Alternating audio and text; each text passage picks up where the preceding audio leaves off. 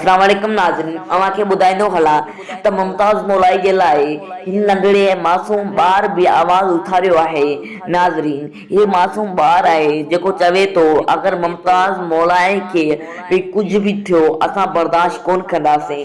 हिन नंढड़े जो चवणु आहे त मुमताज़ मौलाई खे कुझु बि थियो असां उन खे न छॾींदासीं।